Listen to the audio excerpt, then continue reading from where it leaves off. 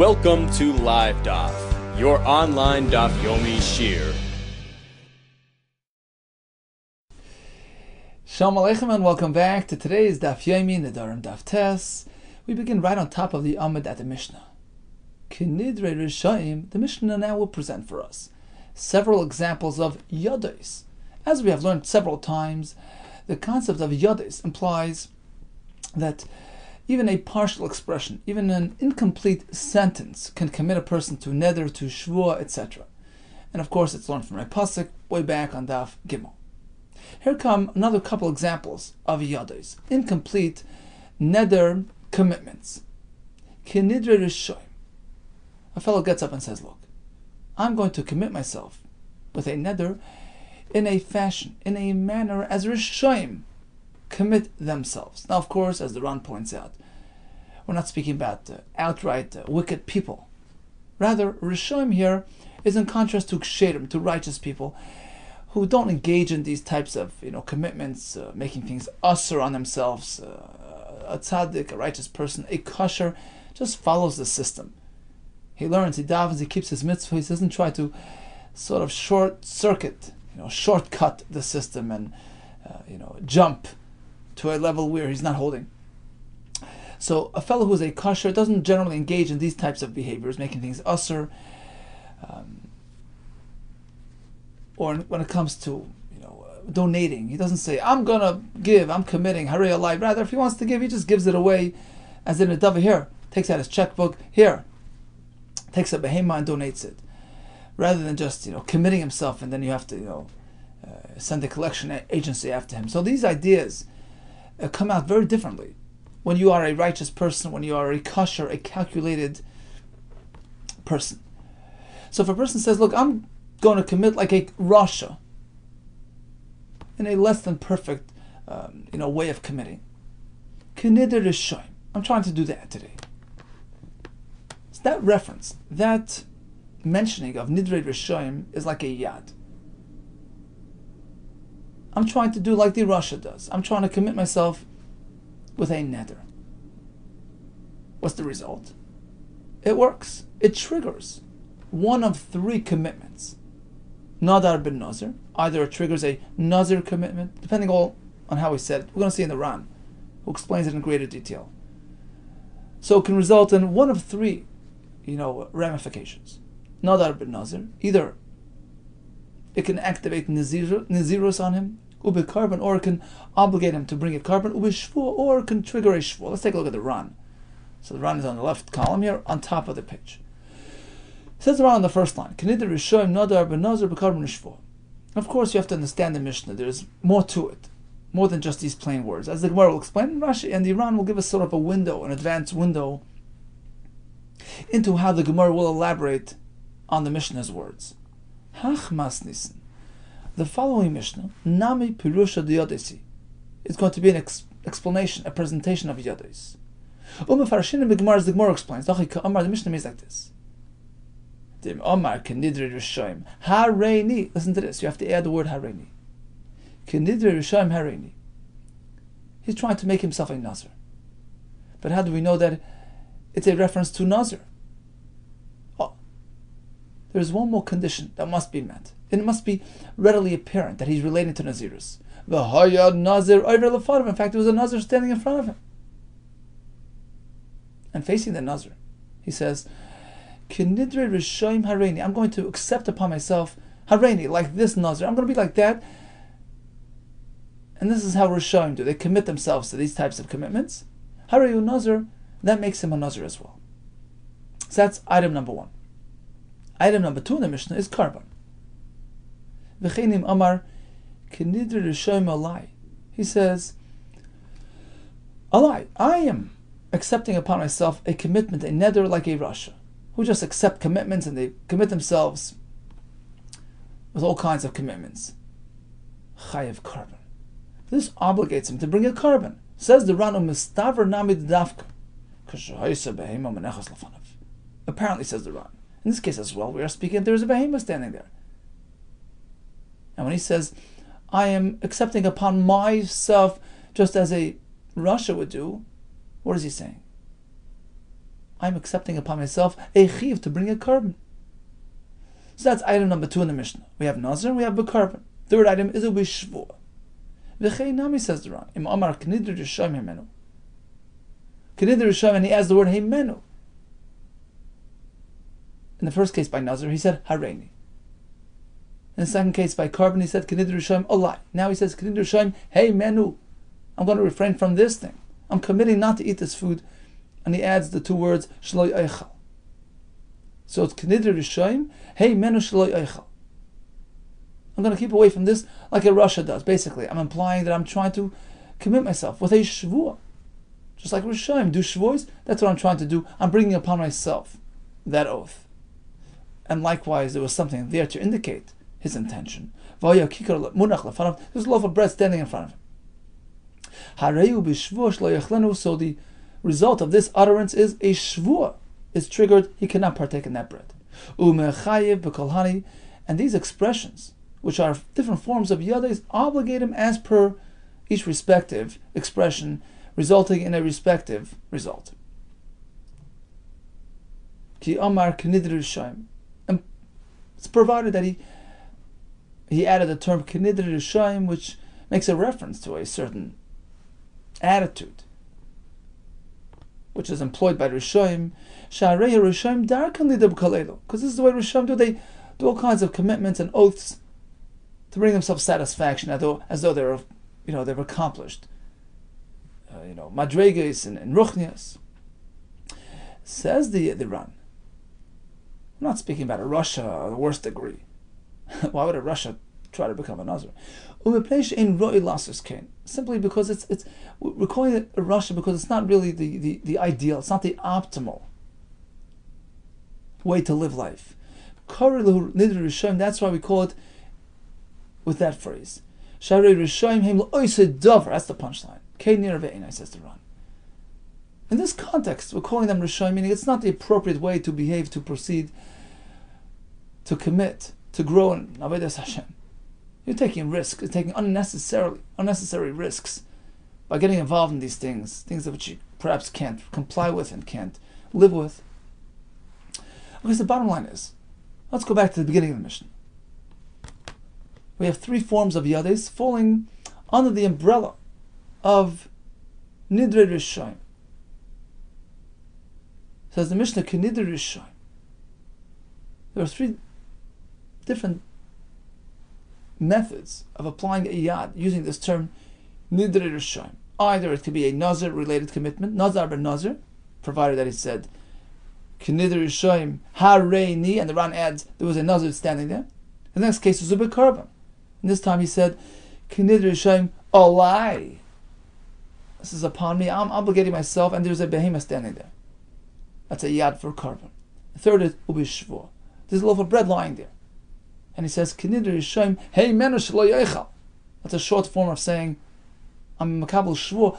Like a Russia makes shvuahs to trigger all kinds of isurim. I'm bringing that upon myself as well. But Nidre ksherim, if he says I'm doing these things like ksherim, it doesn't work because ksherim don't do that. But if he says kinidvaisam, I'm going to follow the ksherim in terms of nedava, in terms of the way they donate, they volunteer with goodwill.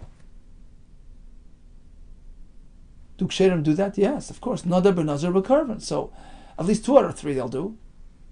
You'll find a kasher becoming a nazir, because he's doing it with his full heart, with his full kavana.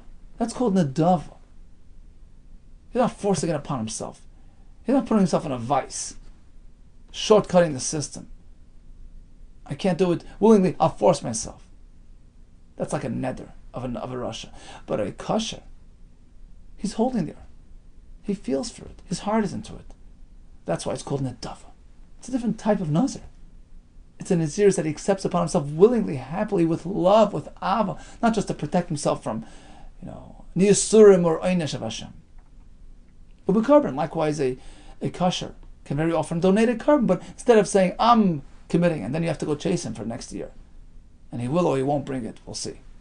That's a neder. I'm committing. No, Al-Kasher gets right to the point. Here Hashem, here's the behemah, here's the check for tzedakah. A different attitude, a different form of giving. It's called netava. So the bottom line is, if one expresses a short form commitment by referencing the Nedarim of Rishonim, it works, it takes hold. But if he says like the Nedavos of Rishonim, they don't do that, so it doesn't take hold. On the other hand, if he says like Nedarim of Ksherim, it doesn't work. But Nedavos of Ksherim, that works. So we already had sort of an elaboration of the Mishnah based on the Ran, which was really like a sort of advance glimpse of the Gemara. The Gemara will go through all these steps. So we have Kinidr Rishayim as a commitment. Asks the Gemara, how do you know what he's trying to say? V'dilma hachikamar. Maybe he's simply saying Kinidr Rishayim loy Nedarim. I don't want to get involved in Nedarim of Rishayim. I don't want it. Who says it's a yes? Maybe it's a no. Amar Shmuel ba'Omer. You must add more to the simple term of Nidre Rishayim. He didn't just say two words. Ba'Omer Kinidr Rishayim hareini. He added another term, hareini. Oh, he's committing himself to be a nazir. Or he said, Kinidr Rishayim alai. I'm accepting upon myself to bring a carbon. Or he said, Kinidr Rishayim heimenu veimenu. The vav is just, adding to the previous cases, but it doesn't really need the vav. Kinidr Rishayim heimenu. He's pointing to that loaf of bread. I'm going to stay away from that thing. Just like a Rasha makes a shvuah to refrain, I'm doing the same. And therefore, the result is, the Gemara explains, hareini means benazirus, Allah means b'carbon, accepting upon myself to bring a carbon. And when he said, Kinidr Rishayim heimenu, he meant b'shvuah. Asks the Gemara, but how do you know what hareini means? Hareini benazirus? I'm accepting upon myself nazirus? Who says, Dilma hareini b'tanus kamer? He's accepting upon himself to fast. Amar Shmuel, like the Ran explained, we have some sort of indication of intent. There was a nazir walking by. So apparently, that's what he had in mind. Furthermore, when it says, Kinidr Rishayim heimenu, you say heimenu means b'shvuah, I'm going to refrain from eating that. Dilma heimenu da'achilna kamer. Maybe just the opposite. I'm going to have from that thing. Mimenu, I'm going to eat from it.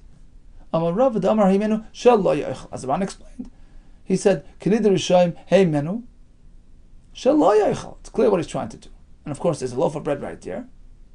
So his intentions are clear. Says the Gemara, well, if he said it all out, then what's the chiddush? That's not a yad. It's a full expression. I'm following the formula of the Rishayim. I'm taking upon myself a commitment not to have this loaf of bread. It's pretty clear. That's not a yad. Answers the Gemara.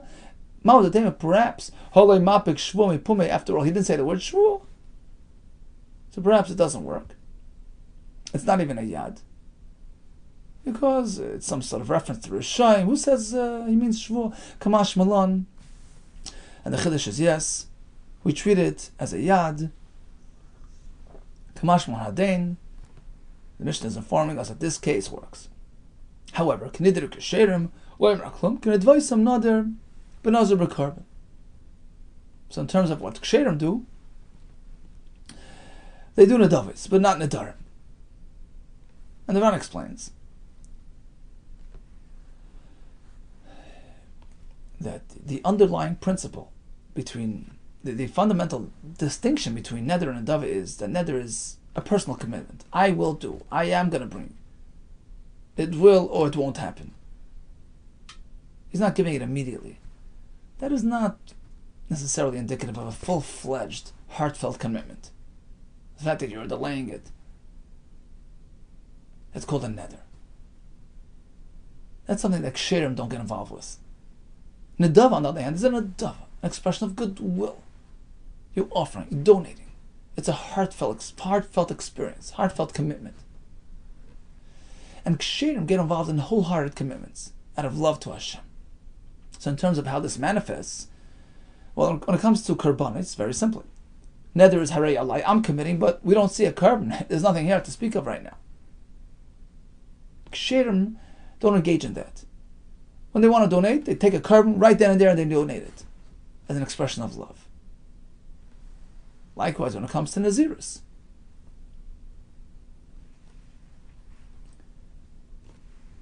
an incomplete, half-hearted Nazirus is called a neder. So although in the actual, product and the actual manifestation, you don't see a difference, the same observance of the halachas, but in terms of the underlying motive, the kasha does it benedava, out of love, out of av, to get close to Hashem, whereas the other fellow does it in a neder form, so to speak, sort of compelled and forced. Says the Gemara, Man Tana de Shanile beneder l'ndava.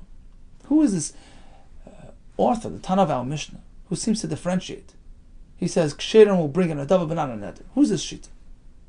Lema, perhaps, we shall say, Loi Rabbi Meir, for the Rabbi Yehuda. It's not consistent with either Rabbi Meir or Rabbi Yehuda. They both don't seem to differentiate between neder and adava.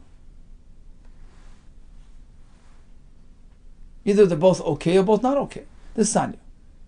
The pasuk in Kohela says, Eis asher tidar shalem.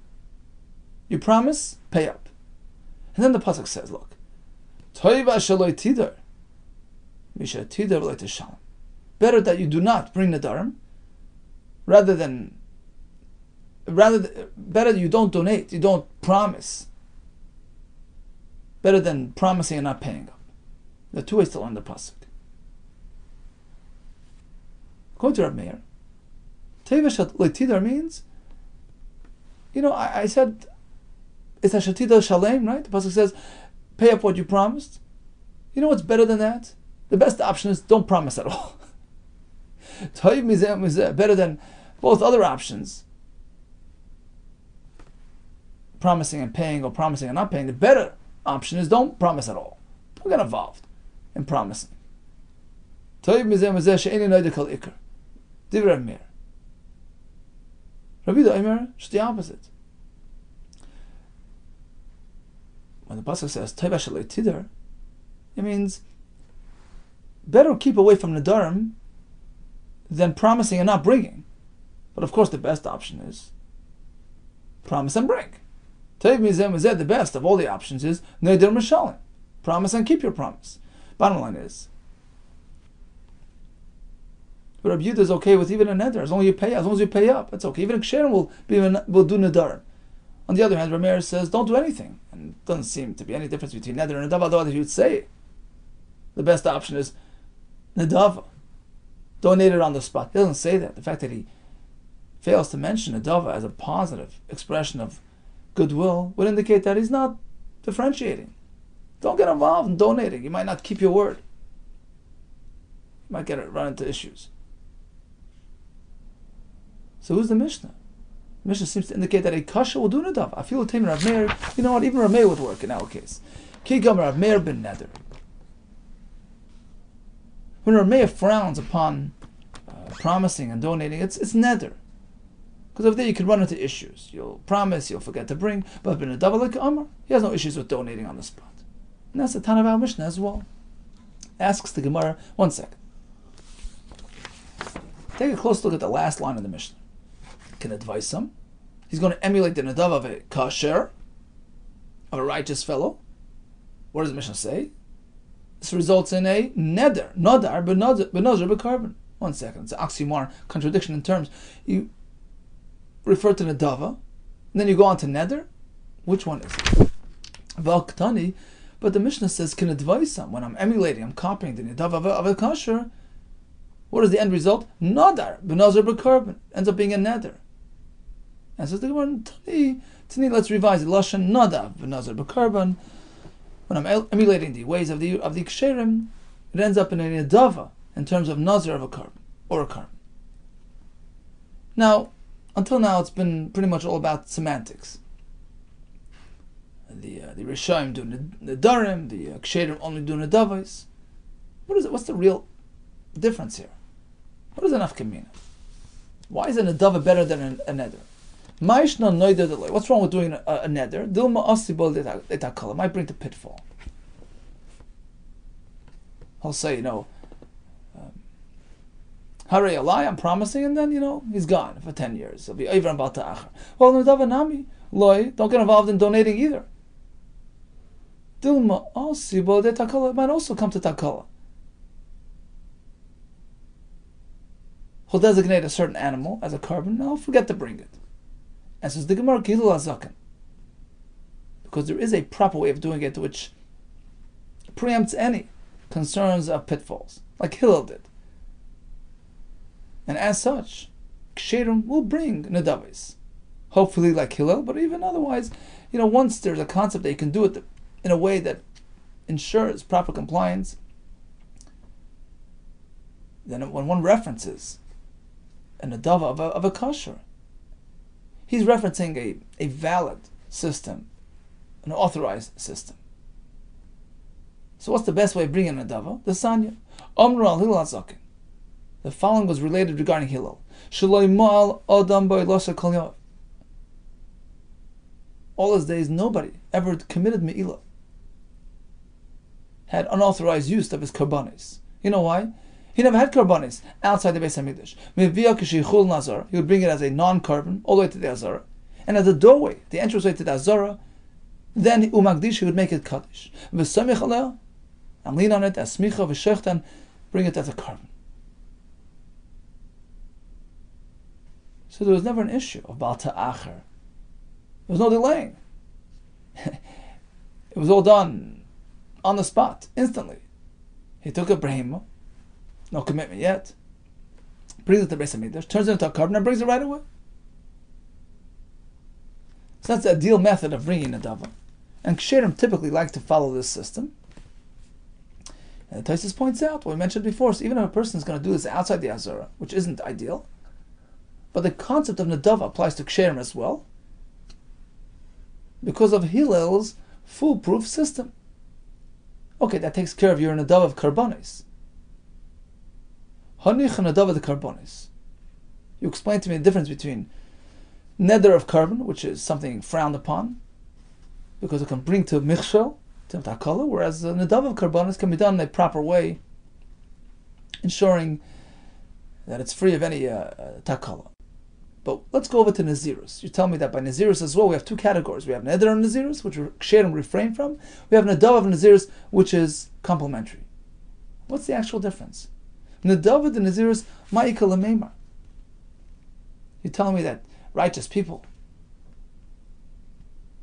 accept upon themselves Nedava of Nazirus. What do you mean? It's all about semantics. It's the same process, the same refraining from wine. And it could come to takala. They can inadvertently slip. Why would a kosher get himself involved in these things? Says the Gemara, you know what? It all depends on your attitude. It all depends on why you commit it.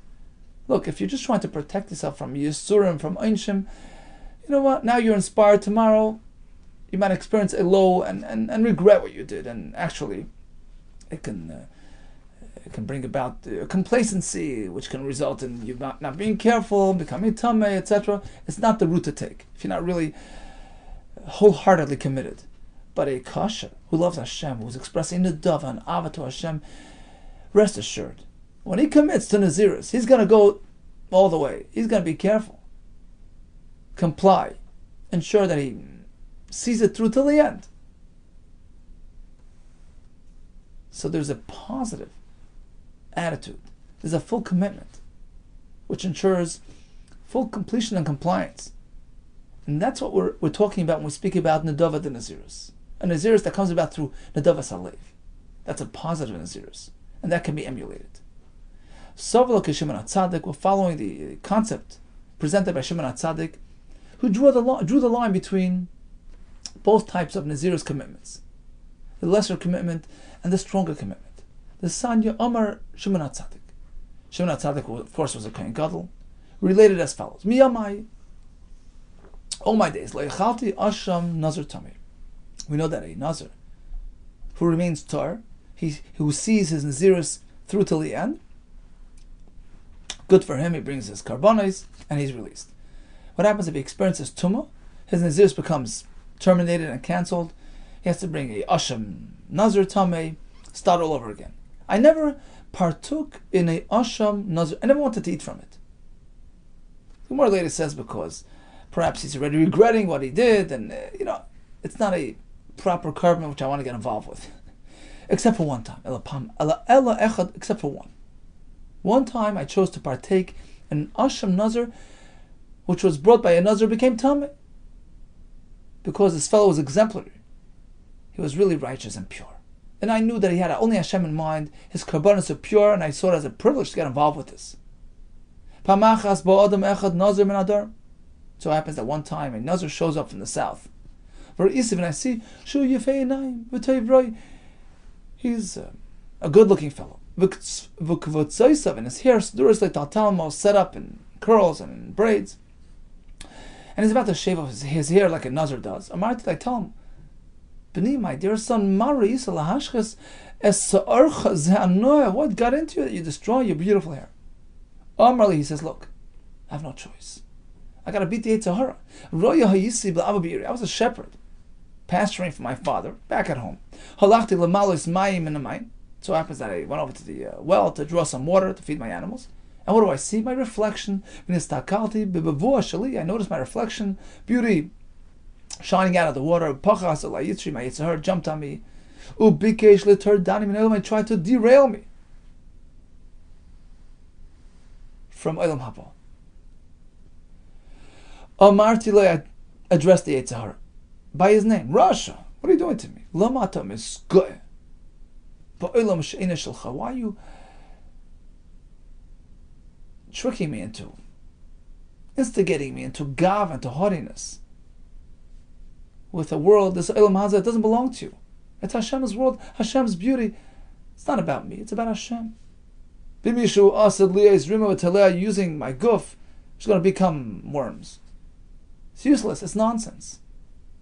I gotta get away from this Yetzer Hara. Havoida, lashon of shvua.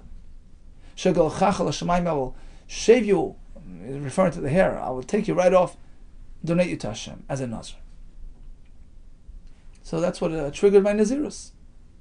It was to preserve my innocence and ensure my dveikus b'Hashem. Miyad amadti v'neshakti v'al roisha. He says Shimon HaTzadik. I immediately got up, I gave him a kiss on his head. Amartli, I tell him, B'ni, my dear son, kalmoicha, yirbu noizrei Nazirus b'Yisrael. There should be many Nazirim like you in Klal Yisrael. Lechem akas of Omer. On you, the pasuk says, Ishki yafli linder neder nazir lahazal Hashem. You epitomize the optimal Nazirus l'shem shemayim l'Hashem. So bottom line is, there is Nazirus and there is Nazirus. It all depends on the attitude. When a person is doing it out of fear, out of pachad, out of yira, moira, it works, but that's not the optimal Nazirus. That's like Nadar ben Nazir. It's a commitment. It's a promise. He's obligated. And that's not the way of kshirim. But this fellow, it was an expression of La Hashem, of Nedava. And kshirim do that.